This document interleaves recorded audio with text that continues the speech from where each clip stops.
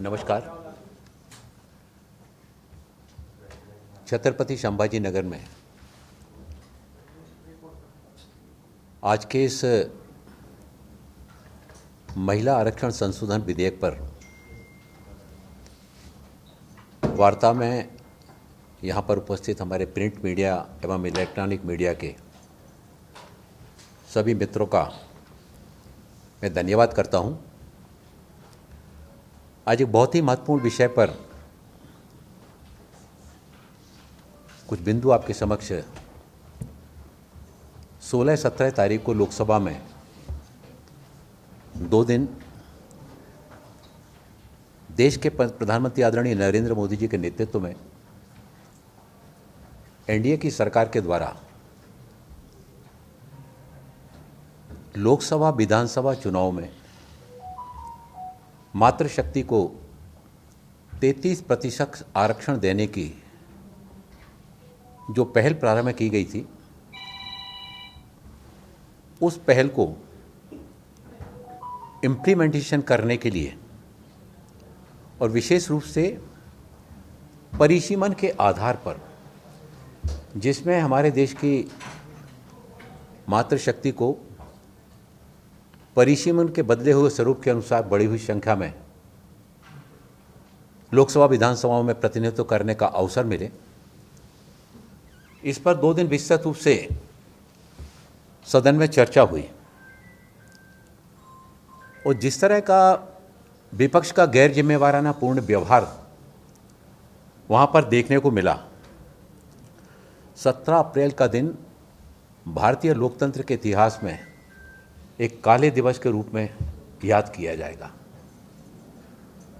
देश की हमारी मातृशक्ति लगभग 3 दशक से जो महिला आरक्षण को लेकर कयास लगाए जा रहे थे, प्रयास किए जा रहे थे, बड़ी आशा भरी नज़रों से देश की मातृशक्ति की निगाहें 16-17 तारीख को लोकसभा में चलने वाले उस सारे घटनाक्रम पर केंद्रित थी।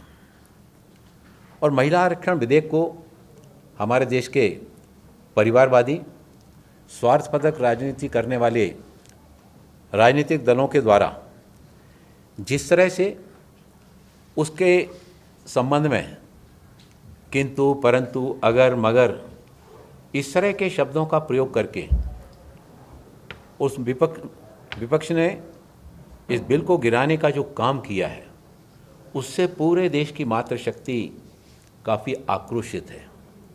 जो बरसों से सपना सजा के रखा था, उस सपने पर तुषारपात करने का काम Congress, DMK, TMC, Samajwadi party, और ये कोई पहली बार नहीं हुआ।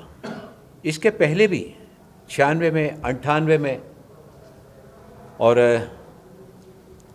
2003 में, 2023 में, और अभी यही जो परिसीमन के साथ में महिला आरक्षण संशोधन विधेयक को पारित कराने की पहल जो माननीय पंतप्रधान आदरणीय नरेंद्र मोदी जी के द्वारा की गई, उसमें इन विपक्षी दलों ने जिस तरह का व्यवहार वहाँ पर प्रदर्शित किया, उससे हमारे देश की मातृशक्ति बुरी तरह से आहत हुई है। और इस दिवस को माननीय पंतप्रधान जी ने जिन शब्दों में उन्होंने देश की मातृशक्ति से कि हम बहुत दुखी हैं, हम देश की 50% आबादी को देश के विकास के निर्णयों में भागीदारी करने के लिए, नीति में भागीदारी करने के लिए जो हम अवसर देना चाहते थे, एक बहुत अच्छा अवसर था विपक्ष को उनके द्वारा पूर्व में की गई गलतियों को सुधारने का। जब जब इस तरह से लोकसभा में महिला आरक्षण को आरक्षण बढ़ाने की बात के लिए प्रयास किए गए, हमेशा विपक्षी दलों ने, चाहे मनमोहन सिंह जी की सरकार के समय भी उनके जो सहयोगी दल थे, उनके सहयोगी दलों ने उन्होंने न केवल बिल की कॉपी फाड़ने का बल्कि विरोध करने का काम किया। अभी माननीय पंतप्रधान जी के नेतृत्व में जब यह संशोधन विधेयक लाया गया, तो एनडीए के पक्ष के किसी भी दल के द्वारा इसका विरोध नहीं किया गया। इनके साथ तो जो इनके अंदर परिवारवाद और जातिवाद की बात को लेकर के राजनीति करने वाले जो दल हैं वो कभी नहीं चाहते कि मातृशक्ति को 33% आरक्षण मिले हैं। जो लोकसभा की सीटें जो आज से 50 साल पहले थीं, वो 54 करोड़ की आबादी में जितनी सीटें थीं, आज भी लगभग 140 करोड़ की पॉपुलेशन हो गई, लेकिन लोकसभा की सीटों की संख्या उतनी ही है। किसी लोकसभा में 27 लाख, किसी में 35 लाख, किसी में 40 लाख, किसी लोकसभा में मात्र 60,000 भी है। तो यह जो विसंगतियां हैं कि 40-40 लाख की पॉपुलेशन वाली जो लोकसभा क्षेत्र हैं, उन लोकसभा क्षेत्रों का जो जनप्रतिनिधि है उनको 5 वर्ष में अपने लोकसभा क्षेत्र के मतदाताओं तक पहुंचना, क्षेत्र में पहुंचना, क्षेत्र की समस्याओं को जानना, उनके निराकरण के लिए प्रयास करना एक बहुत ही कठिन काम हो गया। इसलिए बहुत आवश्यक है कि परिसीमन के उपरांत इन सीटों को बढ़ाया भी जाए, और जब ये सीटें बढ़ेंगी, सीटें बढ़ने पर मातृशक्ति को तो फायदा मिलेगा ही, मातृशक्ति के साथ ही साथ ये सीटें बढ़ने से ये 543 की सीटें बढ़कर जब लगभग 850 के आसपास पहुंचेंगी तो इनमें एससी की सीटें भी बढ़ेंगी, इनमें एसटी की सीटें भी बढ़ेंगी, महिला सीटें भी बढ़ेंगी। और ये विपक्ष के द्वारा ये बात उठाई जाती है कि दक्षिण के राज्यों को इससे नुकसान होगा। ये केवल विषय को विषयांतर करने वाली बात है। इससे किसी भी ना तो राज्य को नुकसान होने वाला है, न ही किसी राजनीतिक दल को नुकसान होने वाला है, क्योंकि जब सीटें बढ़ेंगी तो सभी को बढ़े हुए अनुपात में उन राज्यों को उसका फायदा मिलेगा। आज दक्षिण के अगर 5 राज्यों की बात की जाए तो वहाँ लोकसभा सीटों की संख्या लगभग 129 है, और ये परिसीमन के लागू होने के बाद दक्षिण के राज्यों की 5 राज्यों की सीटों की संख्या बढ़कर लगभग 195 हो जाएगी। तो ये कोरा भ्रम और केवल कभी सीटें घटने की बात करना, कभी मुस्लिम आरक्षण की बात करना, कभी और तरह तरह के टेक्निकल उसमें बिंदु निकाल करके कैसे उसको रोकने का प्रयास किया जाए, ये विपक्ष का जो गैर जिम्मेवाराना व्यवहार है। इस व्यवहार को लेकर आज से सारे देश में एनडीए के जनप्रतिनिधि राज्यों में जाकर, फिर राज्यों के हमारे पदाधिकारी हैं, हमारे जनप्रतिनिधि हैं, ये जिलों में जाकर, जनता के बीच में जाकर, उनके बीच में जाकर इस बात को रखने वाले हैं कि आदरणीय पंतप्रधान जी नरेंद्र मोदी जी जब सबका साथ, सबका विकास, सबका विश्वास और देश के विकास में जब सभी के सामूहिक प्रयासों की बात करते हैं तो उन सामूहिक प्रयासों में हमारी मातृशक्ति के भी प्रयासों को आगे बढ़ाने की बात करते हैं। आज हमारे देश की मातृशक्ति ने जब उनको पंचायतों में 50% आरक्षण दिया गया तो उन्होंने पंचायतों में अपनी कार्यक्षमता से उन्होंने अपने योग्यताओं को प्रदर्शित करके व्यवस्थित रूप से उन्होंने संचालन करके उसको दिखाया। कांग्रेस ने कभी नहीं चाहा कि हमारी मातृशक्ति को इस ढंग से आगे बढ़ाया जाए। मानिए भारतीय जनता पार्टी के नेतृत्व में सुषमा स्वराज जी को पहली बार दिल्ली की मुख्यमंत्री बनाया गया था। उमा भारती जी को मध्य प्रदेश का पहली बार किसी महिला को मुख्यमंत्री बनाया गया। राजस्थान में वसुंधरा राजे सिंधिया जी को पहली बार राजस्थान की महिला मुख्यमंत्री बनाया गया। आनंदीबेन पटेल को गुजरात से पहली बार और वहाँ पर मुख्यमंत्री बनाया गया। यानी हमने चाहे राज्यों की बात हो और अगर हम आज की अगर हम बात करते हैं तो देश के सर्वोच्च पद पर, राष्ट्रपति पद पर आदिवासी समुदाय से माननीय राष्ट्रपति द्रौपदी मुर्मू जी को राष्ट्रपति बना करके जहां हमने मातृशक्ति को देश के विकास में भागीदारी जोड़ने में, उनके कदम से कदम जोड़ने में जहां भी अवसर आया वहां पर कभी हम पीछे नहीं रहे। वहीं कांग्रेस और उनके जो सहयोगी दल हैं, इन दलों ने जब जब भी महिला आरक्षण बिल को ला करके मातृशक्ति को आगे बढ़ने के अवसर प्रदान करने की बात आई, इन्होंने हमेशा रोड़े अटकाने का काम किया।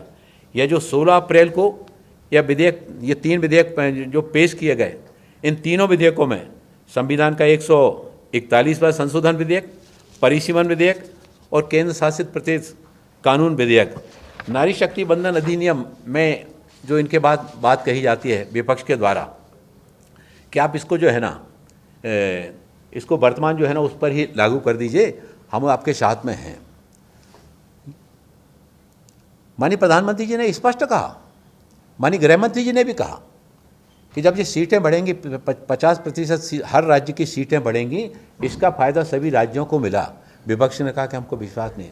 माननीय गृह मंत्री जी ने कहा कि आप हमको 1 घंटे का समय दीजिए, हम लिखकर जो है ना सदन में इस बात को हम लिखकर देने को तैयार हैं।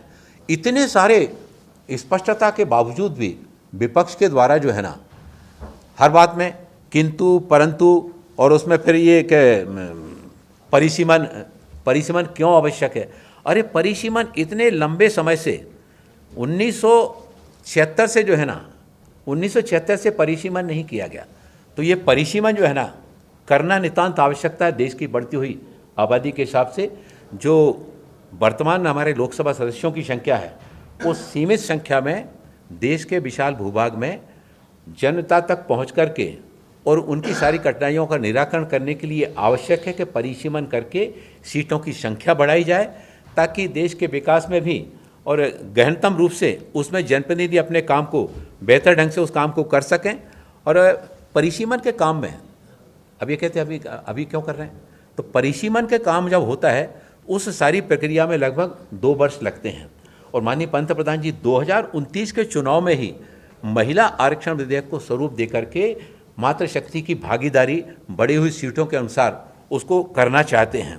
अब ये 50% की जब सीटें बढ़ेंगी तो 50% की सीटें उत्तर के राज्य हों, दक्षिण के राज्य हों, पूरब के राज्य हों, पश्चिम के राज्य हों, सभी राज्यों की सीटें बढ़ेंगी। और इसका कई बार विपक्ष के द्वारा ये कहा जाता है कि जनगणना को रोकने के लिए उसके लिए आप इस तरह का बीच में इसको लेकर आए हैं, तो ये समय की मांग थी। परिसीमन का काम बहुत पहले हो जाना चाहिए था और महिला आरक्षण बिल भी जो है ना बहुत पहले पारित हो जाना चाहिए था।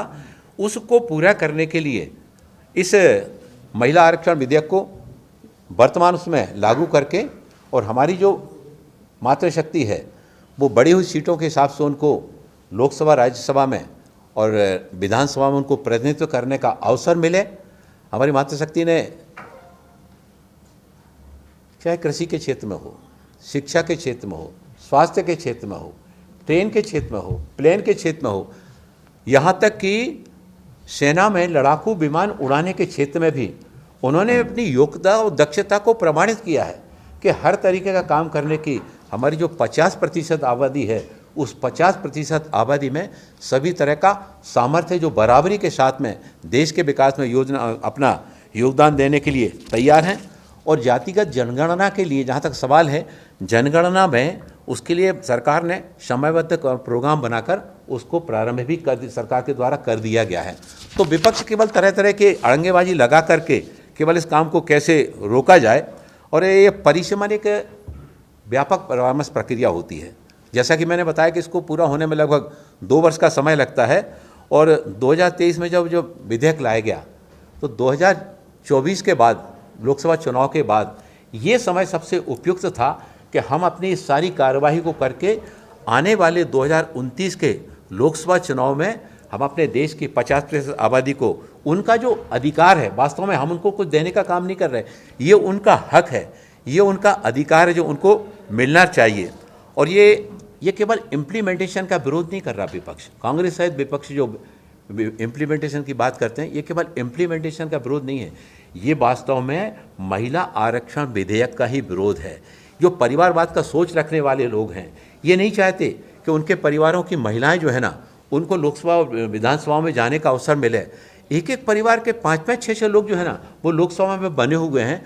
जब हमें 5-5, 6-6 लोग एक एक परिवार से आ सकते हैं, क्या उन परिवार की बहनों को, क्या उन परिवार की बेटियों को, हमारी मातृशक्ति को लोकसभा विधानसभा चुनाव में उनको जाने का अवसर नहीं मिलना चाहिए? बिल गिराने पर जो जिस तरह से कांग्रेस के सदस्यों ने, डीएमके के सदस्यों ने, समाजवादी पार्टी के सदस्यों ने, टीएमसी के सदस्यों ने मेज थपथपा के इस बिल के गिरने का और जिस तरह से स्वागत किया, ये वास्तव में अपने आप में बहुत शर्मनाक था। और माननीय प्रधानमंत्री जी ने कहा कि आपने ये टेबल थपथपाने का जो काम किया है, ये वास्तव में नारी शक्ति के स्वाभिमान पर चोट पहुंचाने का काम किया है। और हमारे देश की नारी सब कुछ भूल सकती है, अपना अपमान कभी नहीं भूल सकती है। और यह कांग्रेस सहित सारे विपक्षी दलों को उनको समय आने पर राजनीतिक रूप से इसका खामियाजा भुगतना पड़ेगा। उन्होंने इतना महत्वपूर्ण अवसर, इतना महत्वपूर्ण जो हमारी मातृशक्ति को जीवन में आगे बढ़ने का अवसर देने का सवाल था, उसको बहुत बड़ी अवसर को उन्होंने छोड़ दिया है। ये उसमें एक विपक्षी दल के द्वारा एक बात कही गई कि इसमें मुस्लिम आरक्षण को लाया जाना चाहिए। संविधान में कहीं पर भी धर्म के आधार पर आरक्षण देने का कहीं कोई प्रावधान संविधान के किसी अनुच्छेद में नहीं किया गया, और हम धर्म के आधार पर आरक्षण देने के न समर्थक थे न हम समर्थक रहेंगे। आरक्षण दिया जाता है सामाजिक आधार पर, शैक्षणिक आधार पर, पिछड़ेपन के आधार पर, और SC ST OBC को इसी आधार पर आरक्षण दिया गया। अब ये इस तरह की बातों को निकाल करके, जब पूर्व में जब इनने जनगणना कराई तो इन्होंने कभी जाति आधार पर नहीं कराई, इन्होंने धर्म के आधार पर नहीं कराई, लेकिन आज इस तरह की बातों को ला करके ये केवल महिला आरक्षण विधेयक में जो है ना, केवल उसको रोकने के लिए तरह तरह के जो काम किए जा रहे हैं। इन्होंने तो ये जो आज जाति की बात कर रहे हैं, कभी OBC का प्रधानमंत्री बनाने के लिए उन्होंने, इनके मन में कभी विचार नहीं आया। भाजपा ने देश के अति पिछड़े वर्ग से माननीय नरेंद्र मोदी जी को देश का प्रधानमंत्री बना करके, कि हम कहते नहीं हैं, हम नारेबाजी में विश्वास नहीं करते, हम कार्यान्वित रूप में क्रियान्वित करके हम उस बात को बताते हैं कि समाज के किससे तरह से सबसे अति पिछड़े वर्ग के व्यक्ति को हमने देश का पंतप्रधान बताया। और इसी तरह से हमने हमारे अलग अलग राज्यों में जहां अवसर आया, हमने मातृशक्ति को आगे बढ़ाकर उनको मुख्यमंत्री बनाकर, उनको राष्ट्रपति बना करके महिला सशक्तिकरण को हमेशा उनको बल देने में हम कहीं पीछे नहीं रहे। महिला सशक्तिकरण के लिए 2014 के बाद से जिस तरह से देश के प्रधानमंत्री आदरणीय नरेंद्र मोदी जी के नेतृत्व में, चाहे वो बेटी बचाओ बेटी पढ़ाओ आंदोलन की बात हो, चाहे हर घर नल और नल से जल की बात हो, चाहे उज्ज्वला योजना की बात हो, चाहे स्वच्छता अभियान के अंतर्गत शौचालयों के निर्माण की बात हो, प्रधानमंत्री सुरक्षित मातृत्व योजना की बात हो, PM मुद्रा योजना की बात हो, PM आवास योजना की बात हो, जेंडर बजट की बात हो। जेंडर बजट नरसिंह राव जी के समय में 97,000 करोड़ रुपए का था, उसको आज हमारे देश की वित्त मंत्री आदरणीय निर्मला सीतारमण जी के द्वारा 5 लाख करोड़ रुपया किया गया। ये बताता है कि महिला सशक्तिकरण के लिए NDA की सरकार माननीय पंतप्रधान जी के नेतृत्व में किस तरह से सशक्तता के साथ में आगे आ रही है। और इन्होंने हमेशा अच्छे काम का विरोध करने का काम किया। कांग्रेस सहित विपक्ष का जो दृष्टिकोण रहा कि जो भी अच्छा रिफॉर्म लाने का, अच्छा सुधार लाने का जो कदम बढ़ाया गया, ऐसे सारे कदमों का विपक्ष ने हमेशा विरोध किया। कभी सकारात्मक भाव के साथ में देश के विकास में योगदान देने का भावना इनके मन में कभी नहीं आए। फिर वो धारा 370 समाप्त करने की बात आई, इन्होंने विरोध किया। राम मंदिर निर्माण की बात आई, इन्होंने विरोध किया। नागरिकता संशोधन बिल आया, इन्होंने उसका विरोध किया। ट्रिपल तलाक की बात आई, इन्होंने उसका विरोध किया। GST का, इन्होंने GST का विरोध किया। आयुष्मान भारत योजना का इन्होंने विरोध किया। नया संसद भवन जो बनाया जाना था, तो नए संसद भवन बनाए जाने को भी लेकर इन्होंने विरोध किया। सर्जिकल स्ट्राइक का इन्होंने विरोध किया। एयर स्ट्राइक का इन्होंने विरोध किया। कांग्रेस का सिद्धांत रहा है कि हमेशा सुधारों की कोई भी बात अगर लाई जाए तो उसको लटकाना, अटकाना, भटकाना, उसकी राह में रोड़े अटकाना, इनकी नीति हमेशा से यही रही। और ये जो बिल है, ये बिल समाज के लिए, देश के लिए, मातृशक्ति के लिए, SC ST के लिए, OBC के लिए देने वाला था, किसी से कुछ छीनने वाला नहीं था। जिन लोगों ने इसमें विरोध की हड्डियां डाली हैं, हमारे देश की मातृशक्ति उन्हें माफ़ नहीं करेगी। चुनावी मैदान में जब जाएंगे तो देश की मातृशक्ति इनसे हिसाब मांगेगी। 2029 का जो चुनाव है, हमारा सरकार का संकल्प है, हम अड़ग संकल्प के साथ में, और हम अड़िग हैं। अभी हमारे पास संख्या बल नहीं था हमारे पास, लेकिन हमारा आत्मबल अजय था, अजय है। हम हर रुकावट को खत्म करेंगे। हमारा प्रयास रुकेगा नहीं, हमारा प्रयास थमेगा नहीं। देश की 100% नारी शक्ति का आशीर्वाद देश के पंतप्रधान आदरणीय नरेंद्र मोदी जी के साथ में है। जिस दिन यह बिल गिरा, उस दिन मातृशक्ति की आंखों से देश में जो आंसू गिरे हैं, ये आंसू जो है ना, कांग्रेस सहित विपक्षी दलों के लिए उनकी कब्र खोदने का काम करने वाले हैं ये आंसू। और आज के इस संवाद कार्यक्रम के माध्यम से कि हमारे देश की मातृशक्ति इस बिल के गिरने से बहुत बुरी तरह से आहत हुई है, और उनकी भावनाओं को एनडीए की सरकार ने, माननीय पंतप्रधान जी के नेतृत्व में, हम अपने प्रयासों को, इनको जब तक कि ये हमारे पूर्ण नहीं हो जाता है तब तक हमारे कदम न रुकने वाले हैं न थमने वाले हैं।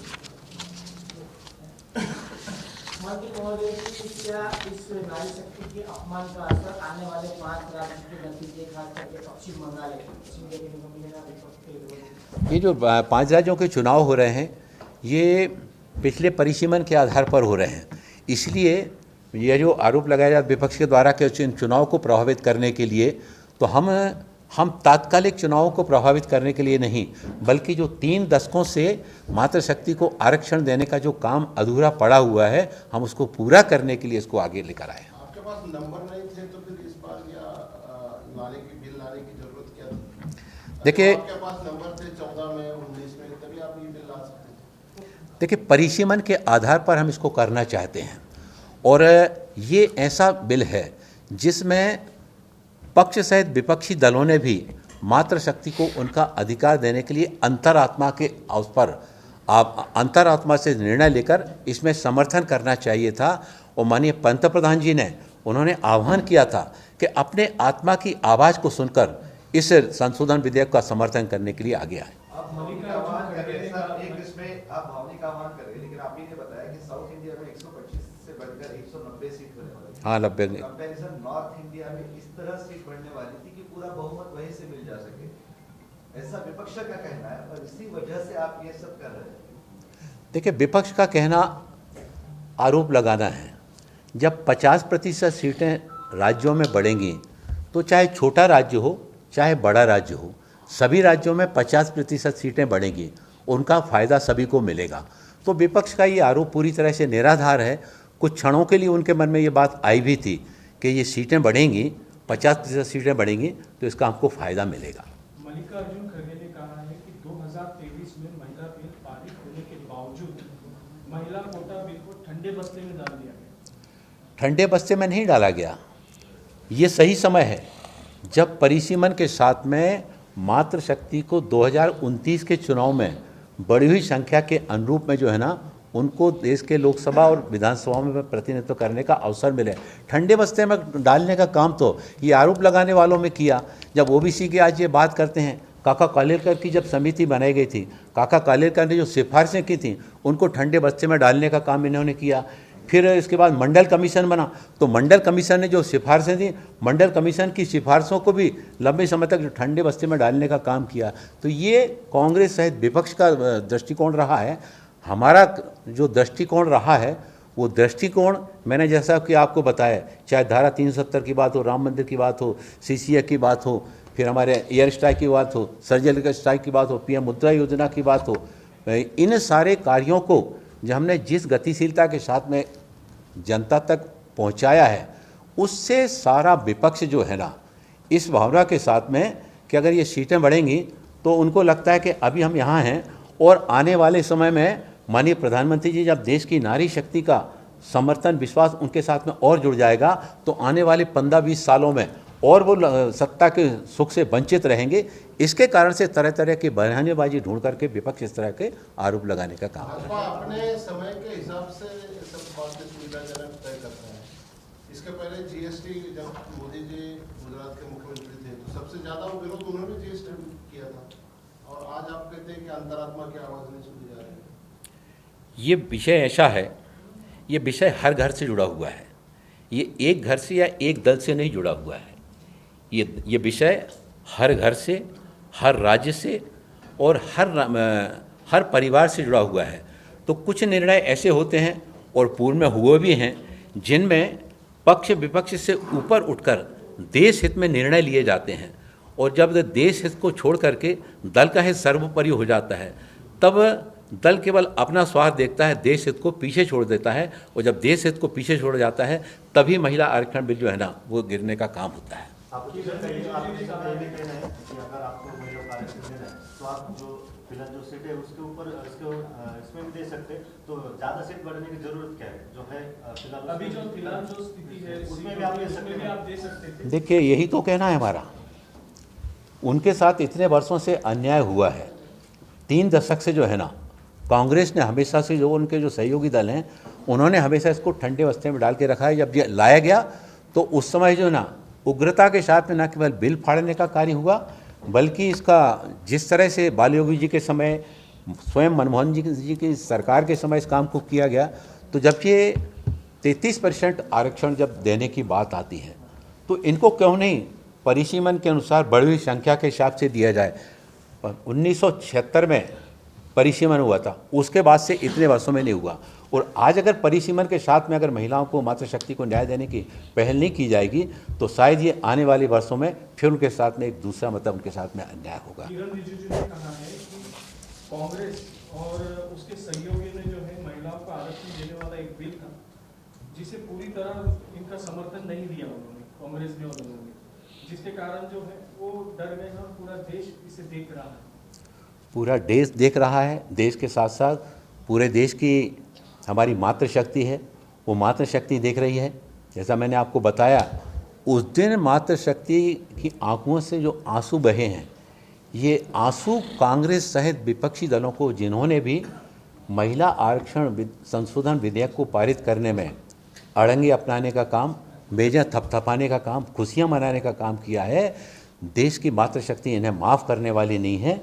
और आने वाले समय में जबरदस्त राजनीतिक खामियाजा को भुगतना पड़ेगा। सर, फिलहाल महाराष्ट्र में एक चीज चल रही है कि लेंस कार्ड, जो चश्मे की कंपनी है लेंस कार्ड, उन्होंने एक अजीबोगरीब दावा, एक ऐड निकाला है, उसमें उन्होंने कहा है कि कलवा, तिलक, रुद्राक्ष और तुलसी की माला का। अब ये इसके संबंध में तो महाराष्ट्र के लोग देखेंगे। चलो, धन्यवाद।